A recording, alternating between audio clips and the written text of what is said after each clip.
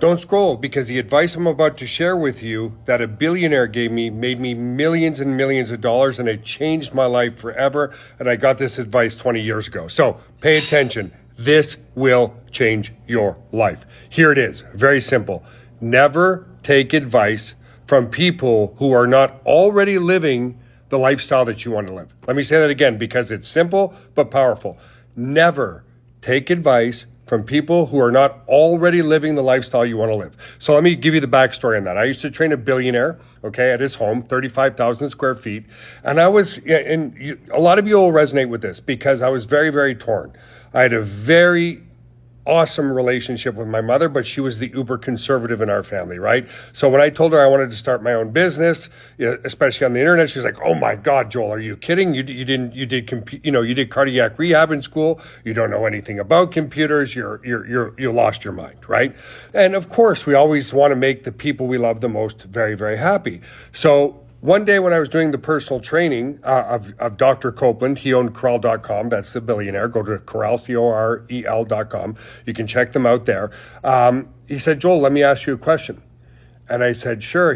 First he said, I can see that you're torn. Like, what's going on today? I said, "Dr. Copeland, I really want to start my own company, but every time I talk to my parents about it, more specifically my mother, she just really tears it down, right? And it doesn't matter if it's your mother, a friend, or whatever.